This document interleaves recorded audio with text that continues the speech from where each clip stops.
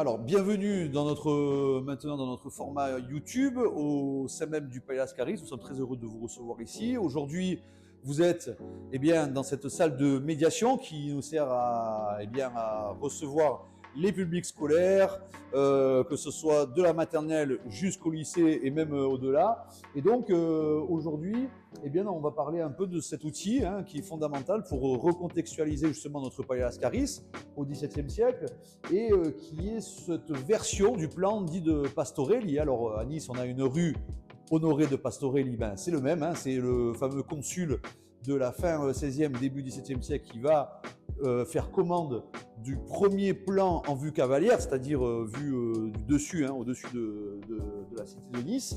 Et c'est fondamental pour pouvoir expliquer à un public à quoi pouvait ressembler cette ville au XVIIe siècle et où se situe au milieu de tout ça notre fameux Palais Lascaris. Notre fameux plan donc qui a été remis au goût du jour par notre illustrateur qui s'appelle Kuhn, on peut distinguer deux entités dans ce plan. On parle bien avant d'une ville haute, c'est là où la ville originelle de Nice va commencer à se former, autour de la cathédrale Sainte-Marie du Plateau. Et puis là, on est dans une situation où on a quitté la vie civile pour laisser que le militaire sur la fameuse colline du château. Donc aujourd'hui, quand vous montez sur la fameuse colline du château, pour ceux qui ne le savent pas, ne cherchez pas un château, il n'existe plus, il a été entièrement détruit, mais voilà à quoi il ressemblait en 1610. Donc c'est une des places fortes les plus importantes d'Europe. Il faut bien insister dessus, puisque on oublie la Nice qu'on connaît aujourd'hui, qui bien sûr a évolué évidemment, et qui on oublie donc le côté Côte d'Azur, promenade des Anglais, Chaise Bleue et tout ce qu'on connaît aujourd'hui, pour replonger dans la fonction première qui était la fonction militaire, puisque Nice joue un rôle de premier rempart et de seul et unique débouché maritime pour le pays auquel nous appartenions à l'époque, qui était les États de Savoie, avec Turin comme capitale. Et donc on peut distinguer la partie haute de cette ville qui est ici, avec ces fameux bastions. Il faut bien insister qu'on a en présence aussi les premiers bastions d'Europe, construits ici même à Nice à partir même de 1530.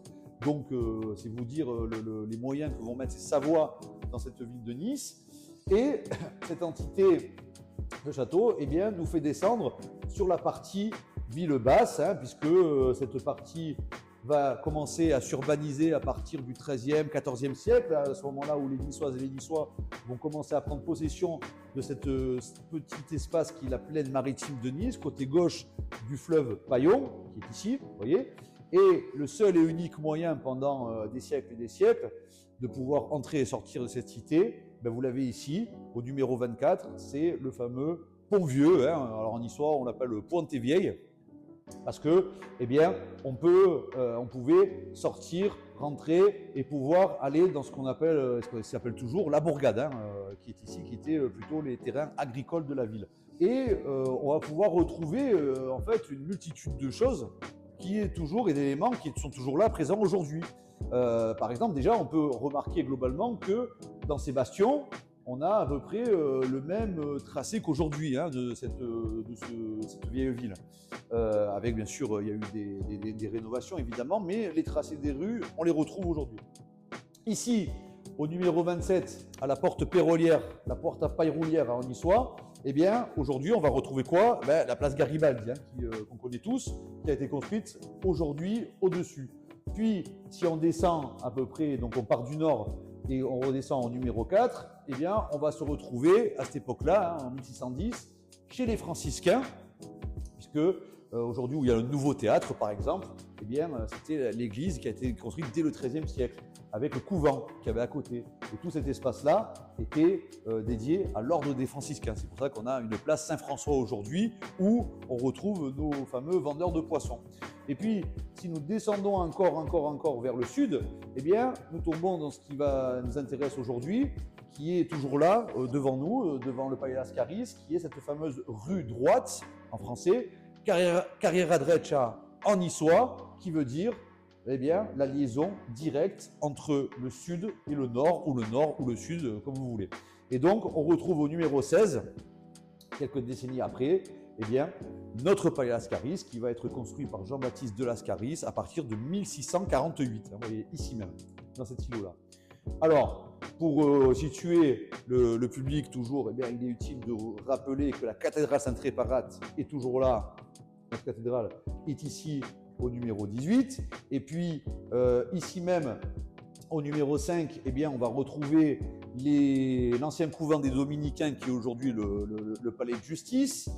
Le palais ducal, le palais Sardes, eh bien, se retrouve ici au numéro 13, qui va être construit à partir de la fin du XVIe siècle par Emmanuel Philibert. Et puis le quartier de la Marine, dit de la Marine en niçois, où on taxait directement le sel qu'on faisait importer à Nice par un système de gabelle, l'impôt sur le sel, qui était une des premières rentrées d'argent pour les États de Savoie. Donc, eh bien, c'est là où va se construire le futur,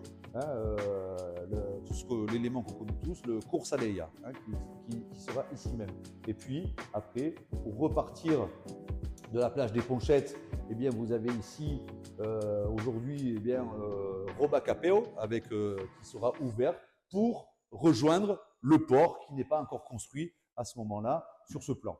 Donc, vous voyez que c'est un plan qui est fondamental pour comprendre l'évolution déjà de la cité et de notre palais Lascaris qui se construira avec cette puissante famille des Lascaris, comte de Vintimille et seigneur de Castellar. On peut le remarquer au milieu de tout, car c'était le but d'avoir un palais représentatif de la surpuissance familiale qu'il voulait se donner. Et donc, c'est un élément qui est totalement central. Donc, merci pour votre écoute, merci de nous suivre. N'hésitez pas à venir vous abonner sur la chaîne YouTube ou à nous suivre sur Instagram et à suivre notre actualité. Là, du lundi au vendredi, 15 rue droite, sauf le mardi, bien sûr, puis au jour de fermeture, de venir découvrir ce monument historique, joyau de notre patrimoine, un joyau baroque. Et puis la prochaine fois, voilà, on enchaînera un peu sur d'autres thématiques et vous faire découvrir la famille, le baroque en général et toutes les thématiques qui peuvent accompagner le lieu. Merci, au revoir et à s'y réveiller.